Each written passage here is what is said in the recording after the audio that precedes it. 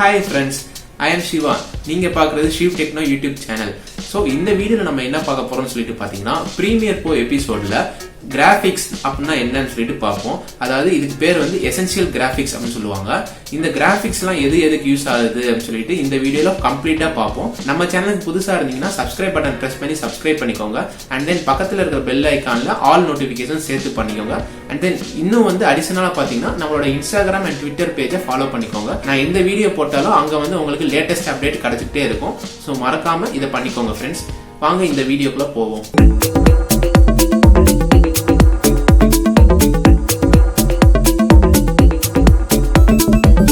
சரி, okay friends, first Premiere Pro open பண்ணிக்கோங்க. Once உங்களுக்கு ஓப்பன் பண்ணி முடிச்சதுக்கப்புறம் இந்த மாதிரி காமிக்கும். உங்களோட ஃபுட்டேஜஸ் எல்லாம் இங்கே இன்க்ளூட் பண்ணிக்கோங்க.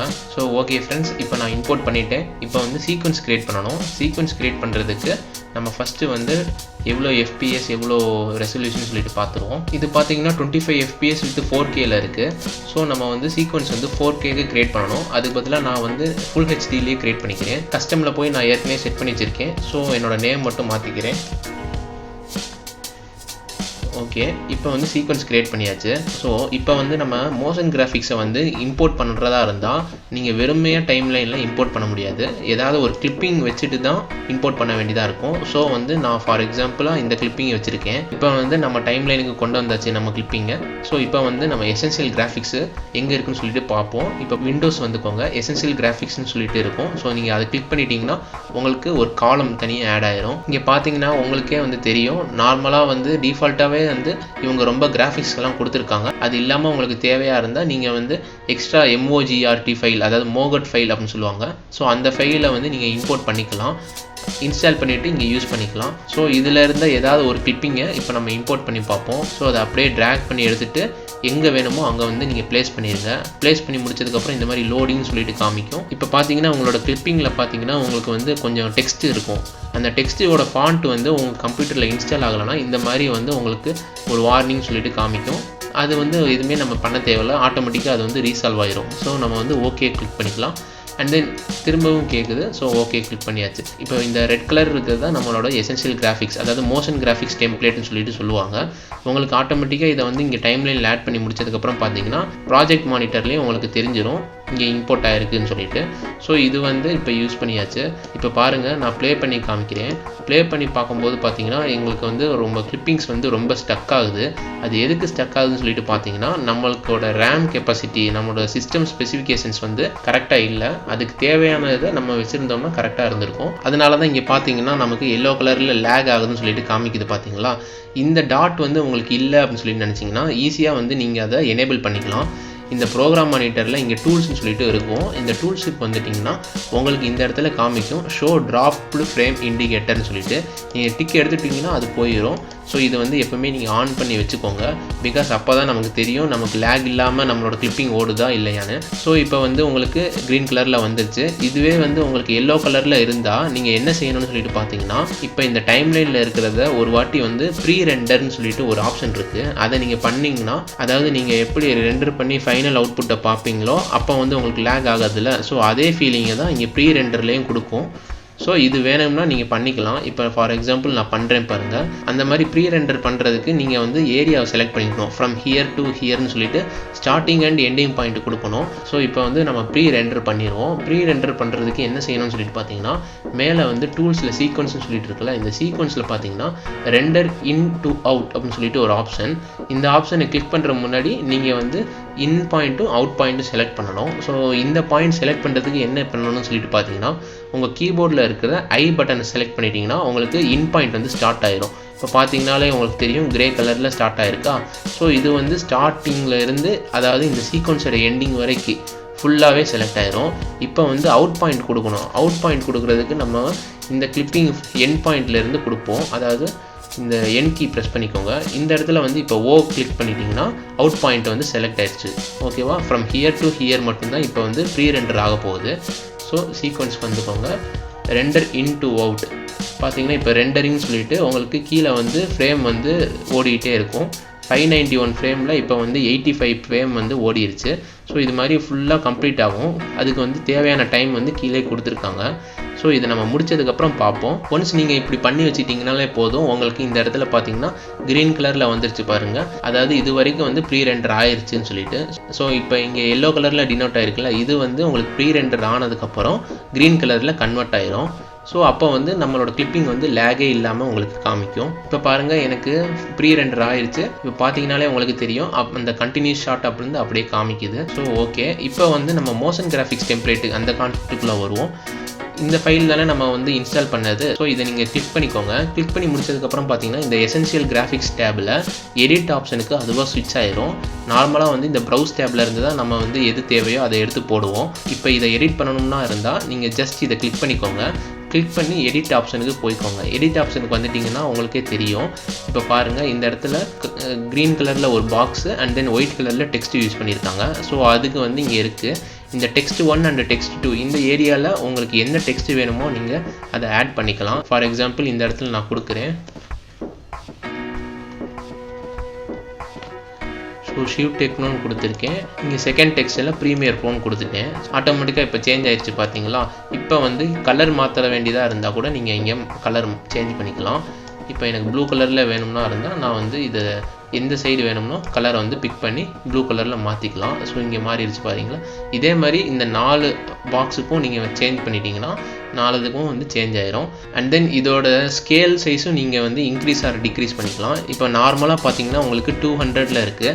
நீங்கள் லெஃப்ட் சைடு பண்ண உங்களுக்கு டிக்ரீஸ் ஆகிட்டே வரும்.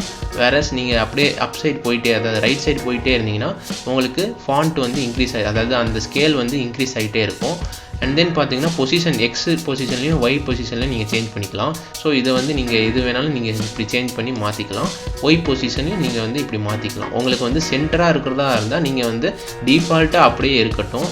ஸோ நீங்கள் வந்து எதுவுமே சேஞ்ச் பண்ண தேவையில்லை. ஸோ இப்படி தான் பார்த்தீங்கன்னா மோஷன் கிராஃபிக்ஸை வந்து நீங்கள் இன்ஸ்டால் பண்ணி யூஸ் பண்ண வேண்டியதாக இருக்குது. ஸோ இந்த மோஷன் கிராஃபிக்ஸை நீங்கள் இன்ஸ்டால் பண்ணி தான் யூஸ் பண்ணணுமா, இதை வந்து நீங்கள் க்ரியேட் பண்ண முடியாதான்னு சொல்லிட்டு கேட்கலாம்.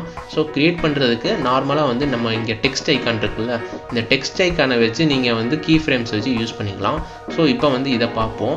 இப்போ டெக்ஸ்ட்டு வந்து எப்படி இதில் கொண்டு வரணும்னு சொல்லிட்டு பார்த்தீங்கன்னா இந்த டெக்ஸ்ட் ஐக்கான் டி அப்படின்னு சொல்லிட்டு ஒரு இருக்குது பார்த்தீங்களா, டைப் டூல். இந்த டூலை கிளிக் பண்ணிக்கோங்க. கிளிக் பண்ணி முடிச்சதுக்கப்புறம் பார்த்தீங்கன்னா எந்த ஏரியாவில் வந்து உங்களுக்கு டைப் பண்ணணும்னு சொல்லிட்டு காமிக்கும். ஸோ நீங்கள் ஜஸ்ட் கிளிக் பண்ணிட்டீங்களானே போதும், அந்த இடத்துல ஒரு பாக்ஸ் மாதிரி க்ரியேட் ஆயிரும். இப்போ நீங்கள் உள்ளே டைப் பண்ணுறது எல்லாமே நீங்கள் வந்து டைப் பண்ணிக்கலாம். ஸோ இதுக்குள்ளே தான் நீங்கள் இப்போ டைப் பண்ணணும். ஃபார் எக்ஸாம்பிள் நான் வந்து ஷிவ் டெக்னோன்னு சொல்லிட்டு டைப் பண்ணுறேன்.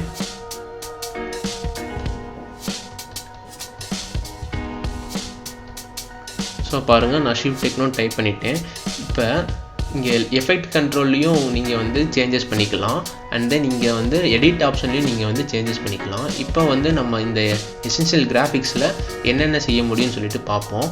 இப்போ இந்த டெக்ஸ்ட் டூலை வந்து செலக்ட் பண்ணிக்கோங்க. செலக்ட் பண்ணி முடிச்சதுக்கப்புறம் பார்த்தீங்கன்னா கீழே வந்து பின் டூன்னு சொல்லிட்டு காமிக்கும். இதில் வீடியோ ஃப்ரேம் இருக்கும் அண்ட் தென் டெக்ஸ்ட்டோட இது இருக்கும். இப்போ வந்து நம்ம வீடியோ ஃப்ரேம்லேயே வச்சுருக்கோம். அண்ட் தென் பார்த்தீங்கன்னா இங்கே வந்து அலைன் அண்ட் ட்ரான்ஸ்ஃபார்ம்னு சொல்லிட்டு காமிக்குது. இதெல்லாம் எதுக்குன்னு சொல்லிட்டு பார்த்தீங்கன்னா அலைன் பண்ணுறதுக்கு, சென்டரில் அலைன் பண்ணணுமா இல்லை டாப்லையா பாட்டம்லையா இல்லை மிட் பாயிண்ட், அதாவது சென்டர் பாயிண்டில் அலைன் பண்ணுறோன்னு சொல்லிட்டு நீங்கள் எது வேணாலும் சேஞ்ச் பண்ணிக்கலாம். இப்போ ஃபார் எக்ஸாம்பிள் நான் வந்து வெர்டிக்கல் சென்டர் கொடுத்துட்டேன்னா மேலே இருந்து கீழே வந்து வெர்டிக்கல் சென்டர் ஆயிரும். ஹரிசாண்டல் சென்டர் கொடுத்துட்டேன்னா டு ரைட்டில் வந்து அது சென்டர் பாயிண்ட் இருக்கும்.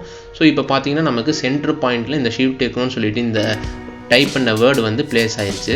அண்ட் தென் இன்னும் உங்களுக்கு வேணுமா இருந்தால் இங்கே வந்து align top bottom left right இந்த மாதிரி நீங்கள் எது வேணாலும் கொடுத்து நீங்கள் செக் பண்ணிக்கலாம். ஆர்எல்ஸ் நீங்கள் வந்து மேனுவலாக இதை கண்ட்ரோல் பண்ண வேண்டியதாக இருந்தால் நீங்கள் இந்த டைரக்ஷன் மூலமாக நீங்கள் வந்து மேனுவலாக நீங்கள் ப்ரெஸ் பண்ணிக்கலாம். இப்போ நமக்கு அது தேவையில்லை. ஸோ நெக்ஸ்ட்டு பார்த்தீங்கன்னா டெக்ஸ்ட்னு சொல்லிட்டு ஒரு காலம் இருக்குது. இந்த ஃபாண்ட் வந்து எப்படி சேஞ்ச் பண்ணணும்னு சொல்லிட்டு பார்ப்போம். இங்கே பார்த்தீங்கன்னா டிஃபால்ட்டாக மினியன் ப்ரோன்னு சொல்லிட்டு கொடுத்துருக்காங்க. நமக்கு வந்து வேறு ஃபாண்ட் மாற்ற வேண்டியதாக இருந்தால் இந்த டெக்ஸ்ட் பாக்ஸை டபுள் கிளிக் பண்ணிக்கோங்க. இப்போ செலக்ட் ஆயிரும். செலக்ட் ஆனதுக்கப்புறம் பார்த்தீங்கன்னா உங்களுக்கு எந்த டெக்ஸ்ட் வேணுமோ நீங்கள் அந்த டெக்ஸ்ட்டை வந்து யூஸ் பண்ணிக்கலாம். ட்ராப் டவுன் பாக்ஸை கிளிக் பண்ணிங்கன்னா நீங்கள் இன்ஸ்டால் பண்ண ஃபாண்ட்ஸ் எல்லாமே வரும். ஸோ இப்போ வந்து நான் இந்த ஃபாண்ட்டை வச்சுருக்கேன். ஸோ இப்போ பார்த்தீங்கன்னா அந்த ஃபாண்ட் வந்து மாறிடுச்சு. அண்ட் தென் இந்த ஃபாண்ட்டோட ஸ்டைல் வந்து நீங்கள் மாற்றிக்கலாம்.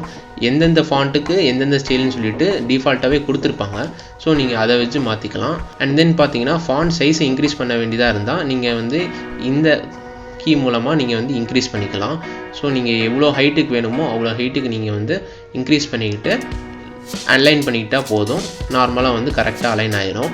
இப்போ ஃபாண்ட் இப்போ பார்த்தீங்கன்னா ஓரளவுக்கு நம்ம எல்லாமே பார்த்தாச்சு. அண்ட் தென் பார்த்தீங்கன்னா இப்போ நீங்கள் டைப் பண்ணது வந்து ஸ்மால்லே இருக்குது, அதை ஃபுல் கேப்ஸுக்கு மாற்ற வேண்டியதாக இருந்தால் நமக்கு எம்எஸ் வேர்ட்லலாம் பண்ணியிருப்போம்ல அந்த அலைன்மெண்ட்டு, அதுதான் இது. ஸோ நீங்கள் எது வேணும்னா நீங்கள் வந்து அதை கிளிக் பண்ணி பார்த்துக்கலாம். அண்ட் தென் லாஸ்ட்டு பார்த்தீங்கன்னா உங்களுக்கு இங்கே தான் மெயினாக இருக்குது.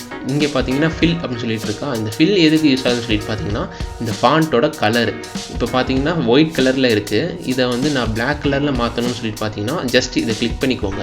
கிளிக் பண்ணி கலர் பிக்கரில் நீங்கள் எந்த கலர் வேணுமோ அந்த கலர் கொடுத்துட்டு ஓகே கொடுத்துருங்க. இப்போ பாருங்கள் உங்களுக்கு பிளாக் கலர் ஃபிட் ஆயிடுச்சு.